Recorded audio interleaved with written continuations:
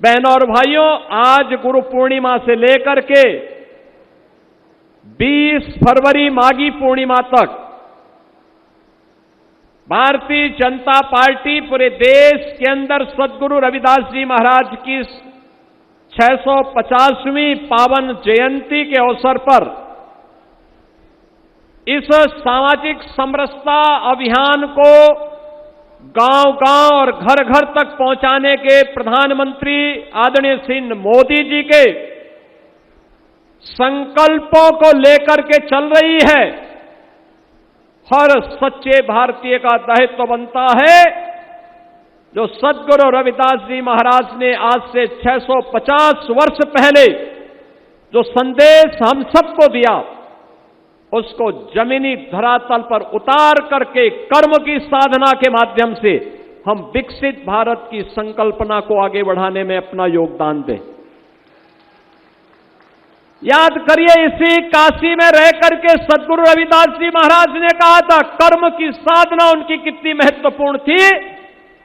उन्होंने काशी की पवित्र धरा में, बाबा विश्वनाथ की इस पावन धरा में मां गंगा के प्रति अपनी असीम आस्था को व्यक्त करते हुए उन्होंने कहा था, मन चंगा तो कटौती में गंगा। याद करिए, कर्म प्रधान विश्व को राखा, जो जस करहि सो तस फल चाखा, या कर्मणे वाधिकारस्ते मां फलेषु कदाचना का यह संदेश भारत का वह संदेश है जिसको संपूर्ण मानवता तक सद्गुरु रविदास जी महाराज ने आज से 600 वर्ष पहले पहुंचाने का काम किया। और ये 650वीं जयंती के पावन आयोजन को हम सबको आयोजित करने का अवसर प्राप्त हो रहा है। सद्गुरु रविदास जी महाराज भेदभाव से मुक्त, जाति पाति से मुक्त, समता मूलक समाज की स्थापना के पक्षधर थे। वे हमेशा इस बात को कहते थे जिसके बारे में उन्होंने सदैव आग्रह किया, और उनका आग्रह क्या था कि ऐसा चाहूं राज्य में जहां मिले सबन को अन्न। याद करिए, ऐसा चाहूं राज्य में जहां मिले सबन को अन्न, छोट बड़ो सब सम बसे, रविदास रहे प्रसन्न। बहनों और भाइयों, संत शिरोमणि रविदास जी महाराज के इन शब्दों को, इन संकल्पों को जमीनी धरातल पर उतारने का काम किसने किया? प्रधानमंत्री मोदी जी ने, जिन्होंने देश के अंदर 2020 से लगातार 81 करोड़ लोगों को फ्री में राशन की सुविधा उपलब्ध करवाने का काम किया।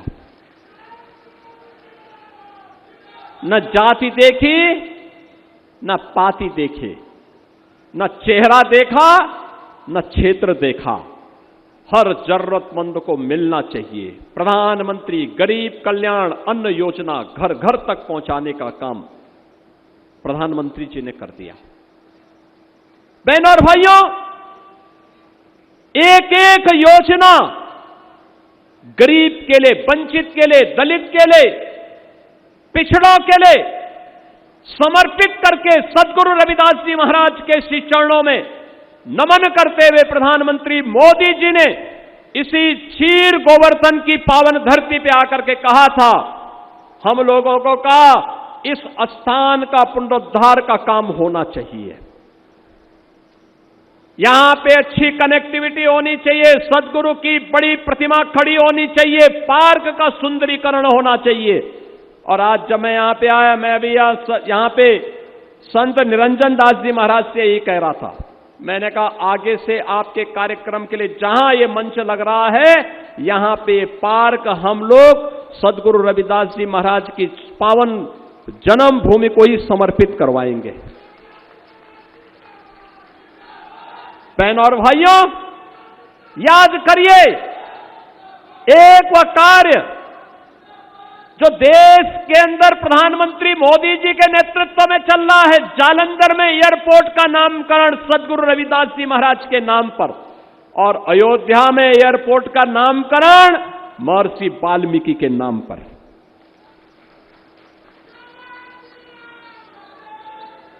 वे लोग स्वीकार नहीं करेंगे, वे लोग स्वीकार नहीं करेंगे जो समाज को बांटने वाले लोग हैं।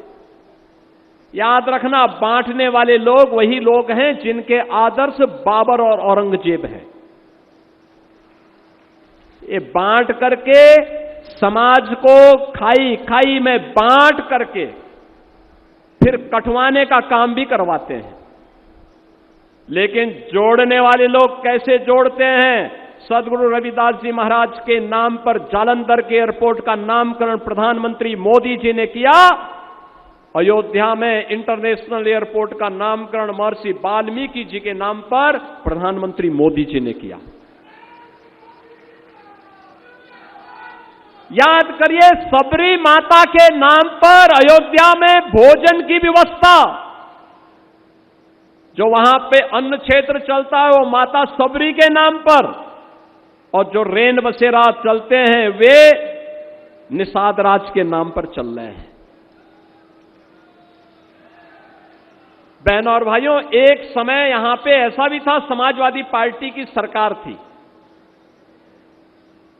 उन्होंने बाबा साहब भीमराव अंबेडकर जी के नाम पर बने हुए मेडिकल कॉलेज का नामकरण बदल दिया। असीम अरुण मेरे सामने मंत्रिमंडल में मंत्री बने, इन्होंने कहा कि बाबा साहब के नाम पे बने हुए मेडिकल कॉलेज का नामकरण समाजवादी पार्टी ने बदल दिया था।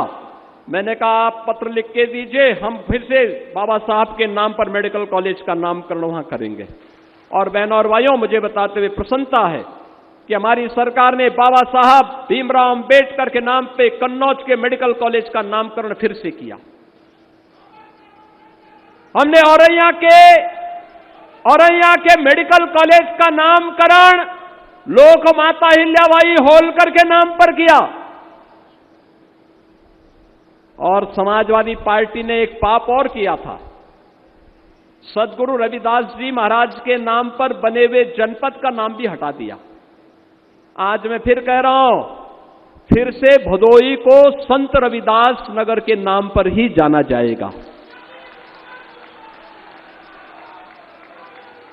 संत रविदास नगर के रूप में 650वीं जयंती के अवसर पर सद्गुरु रविदास जी महाराज के प्रति हमारी आस्था, फिर से भदोई संत रविदास नगर रहेगा और उसके नाम पर हम लोग इस कार्रवाई को आगे बढ़ाएंगे।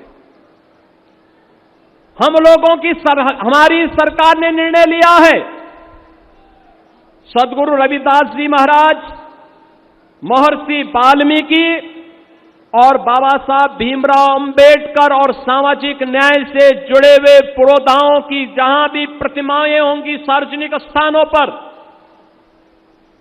उन प्रतिमाओं के ऊपर अगर छतरी नहीं है तो सरकार अपने पैसे से छतरी बना करके उनकी सुरक्षा की व्यवस्था करेगी। जहां सद्गुरु रविदास जी महाराज, महर्षि वाल्मीकि और बाबा साहब भीमराव अंबेडकर के नाम पर पार्क होंगे, अगर बाउंड्री वाल नहीं है तो उनकी सुरक्षा के लिए बाउंड्री वाल भी सरकार अपने खर्चे पर बनाएगी।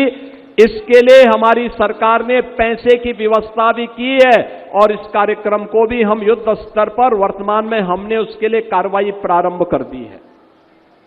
बहनों और भाइयों, पहली बार हो रहा है जब निर्माण श्रमिकों के उत्थान के लिए सरकार ने बड़े कार्यक्रम आगे बढ़ाए हैं।